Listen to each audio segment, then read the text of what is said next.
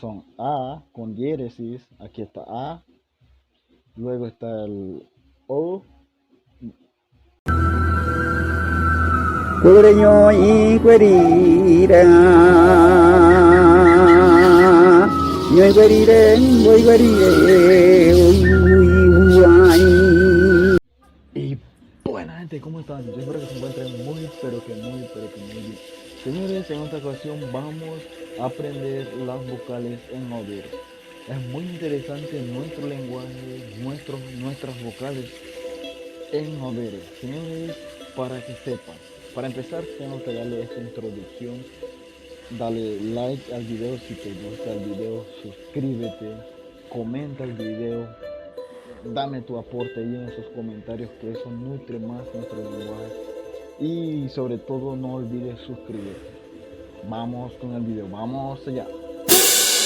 Bien, señores, para empezar,